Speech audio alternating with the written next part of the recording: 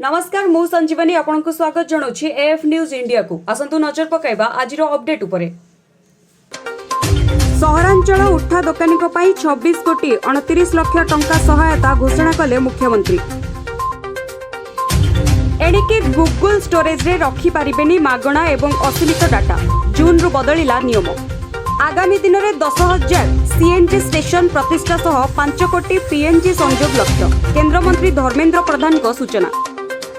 आज संध्यारे मुख्यमंत्री अध्यक्षतार बसिब राज्य कैबिनेट गुरुत्वपूर्ण बैठक। सेपटे अनलक पाई सरकार विचार रज पर अधा ओडिशारू पर्यायक्रमे हटिपारे कटकणा। पशुओं पर आसला कोविड टीका विश्वर प्रथम वैक्सीन विकसित करिछि। सेपटे तृतीय लहर मुकाबिला पाई तालीम नेबे 1114 डाक्टर और 1036 स्वास्थ्यकर्मी प्रस्तुत होइछि 3000 बेड। तैल दर वृद्धि प्रतिवाद रे आसंता 11 तारिख दिन राज्यर सबु पेट्रोल पंप आगे 4 घंटिया विक्षोभ और धारणा देबे कांग्रेस दल। आसंता 11 तारिख दिन राज्यर सबु पेट्रोल पंप आगे 4 घंटिया विक्षोभ और धारणा देबे कांग्रेस दल। जुलाई रु आरंभ हेब संसदर मौसुमी अधिवेशन एथिपाई सबु प्रकारर प्रस्तुति चलिछि। कोरोना वैक्सीन उपरे लागिब 5% जीएसटी घरोई हॉस्पिटल पई टीका दर धार्य करिले स्वास्थ्य मंत्रालय।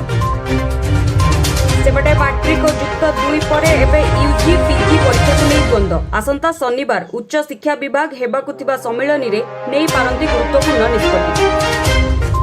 दैनिक टीकादान को 3 लाख रु वृद्धि करबा पई मुख्यमंत्री परामर्श। बात्या क्षयक्षति आकलन करी दिल्ली फेरिला केंद्रीय टीम। प्राय 70 कोटी रु अधिक टंकार संपत्ति नष्ट होइतिबा नै दियागला रिपोर्ट। आसंताकाली 2021 मसीहार प्रथम सूर्य पराग संगठित हो भारत में यह आंशिक पराग जार कौन प्रभाव नहीं। बिहार में शेष है लॉकडाउन। संध्या 5टा जाए दुकान खोलिबा सह 50% कर्मचारी को नहीं 4टा पर्यंत खोली पारिबे ऑफिस।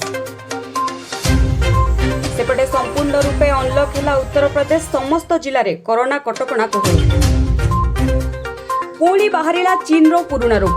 एलएसी रे पोईथर मारिला प्राय 21 रु 22 टी चीन रो युद्ध विमान।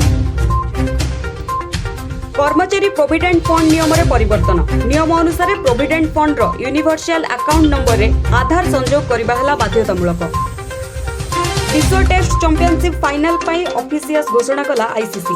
भारत और न्यूजीलैंड फाइनल मैच जून 18 रु 22 तारिख पर्यंत साउथहैम्पटन रे खेला जिवो। सेपटे ओटीटी प्लाटफॉर्म रे रिलीज है प्रथम Odia documentary the mountain hockey. एही भली प्रतिदिन प्रति मुहूर्तर अपडेट जानिबा पई देखुथांतु एएफ न्यूज इंडिया। नमस्कार।